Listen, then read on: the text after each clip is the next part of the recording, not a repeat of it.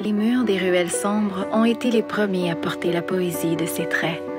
Celui qu'on a surnommé le Cocteau des ruelles a été une des figures de proue de la mouvance punk et underground des années 80 à Montréal. Une période d'effervescence et d'expérimentation artistique soutenue, caractérisée par une transmutation des disciplines et un rejet des codes établis.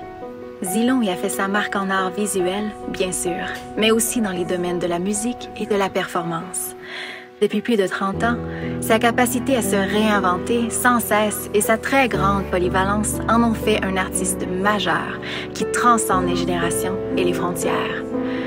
Avec plus d'une 50aine d'expositions à son actif, ses œuvres ont été vues dans plusieurs grandes villes du monde, dont New York, Paris et Londres. En marge de son succès en galerie, Zilon a aussi créé des bandes dessinées, réalisé des storyboards de films, des affiches de festivals et de spectacles, décoré des salles, créé des fresques pour le théâtre et le cinéma. Il a collaboré aux projets d'artistes parmi les plus reconnus du Québec, tels Gilles Carle, Wajdi Mouawad, Robert Lepage et Claude Péloquin. Il a pris part à de nombreux événements artistiques majeurs, dont le Festival de jazz de Montréal, le Festival international du film sur l'art, le Festival international mode et design de Montréal et le Grand Charivari.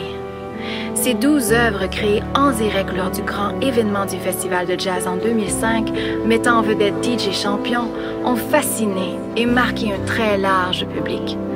De même, les vêtements peints pour le défilé parisien de Philippe Dubuc en 2003 ont fait impression et font maintenant partie de la collection Moët et Chandon.